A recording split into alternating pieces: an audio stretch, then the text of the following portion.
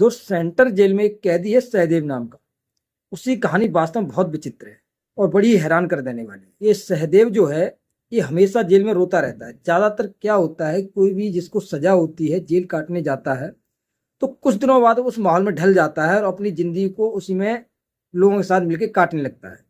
लेकिन सहदेव के साथ ऐसा नहीं हुआ। शास्त्री हैं, कथावाचक, वो जेल में गए अपना प्रवचन देने के लिए। तो जेलर ने आग्रह करके सहदेव से मिलवाए, कहा कि हमारे जेल के सबसे अलग कैदी हैं, सबसे ज्यादा दुखी रहते हैं और हमेशा रोते रहते हैं। शास्त्री जी एकांत में मिले, उनसे कहा कि भाई ऐसा क्या पाप आपने कर दिया।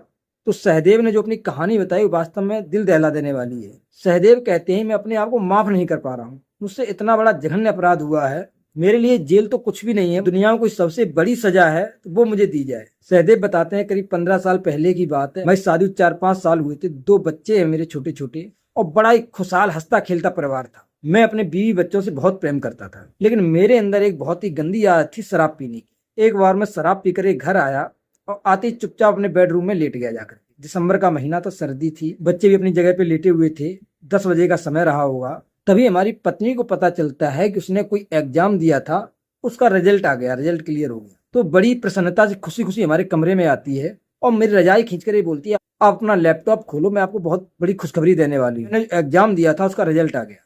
पति नशे में था, उसने कहा नहीं, सुबह देखते हैं, अभी मुझे परेशान मत करो, और रजाई अगर तुमने दोबारा खींची हमारी तो अच्छा नहीं होगा। लेकिन वो क्या होता है, अगर आप कोई एग्जाम देते हैं या कोई कामयाबी हासिल करते हैं तो उसकी खुशी इतनी होती है कि तुरंत ही मुझे देखना होता है। उसने फिर उनका कंधा हिलाया, रजाई खींची, नहीं मुझे अभी देखना है। इतने सहदेव उठा, उसने उसका हाथ पकड़ा, बेड पर उसका इतनी तेजी से गला दबाया जो उसकी मौत हुई। लेकिन सहदेव को नशे की हालत में पता ही नहीं चला कि इसकी मौत हुई। इसके बाद सहदेव लेट गया, सो गया, वहीं उसकी बीवी पड़ी रही। सुबह जब सहदेव की आंख खुली तो देखा कि दोनों छोटे छोटे बच्चे मम्मी को हिला रहे हैं, उसे जगाने की कोशिश कर रहे हैं। सहदेव से बोला, पापा मम्मी अभी तक नहीं जागी, हमें स्कूल जाना है। सहदेव ने देखा कि वास्तव में कुछ मूवमेंट नहीं हो रहा है, नशा तब तक उतर चुका था। दौड़ करके उसे हॉस्पिटल ले गए।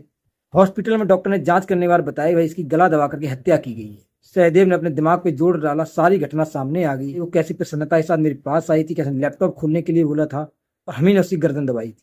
सहदेव बड़ा दुखी हुआ, खुद ही उसने अपना गुनाह कबूल कर लिया और सजा काट रहा है। पूरा परिवार बिखर गया, माँ की मौत हो गई, पिता को जेल हो गई, बच्चे अनाथ हो गए। और ये घटना केवल सहदेव की ही नहीं, देश में कितनी ऐसी घटनाएं होती हैं जो नशे की वजह से घर तबाह हो जाते हैं, बर्बाद हो जाते हैं। दोस्त, मुझे लगता है हिंदुस्तान में 50% गृह क्लेश और तलाक के कारण शराब ही है, नशा है।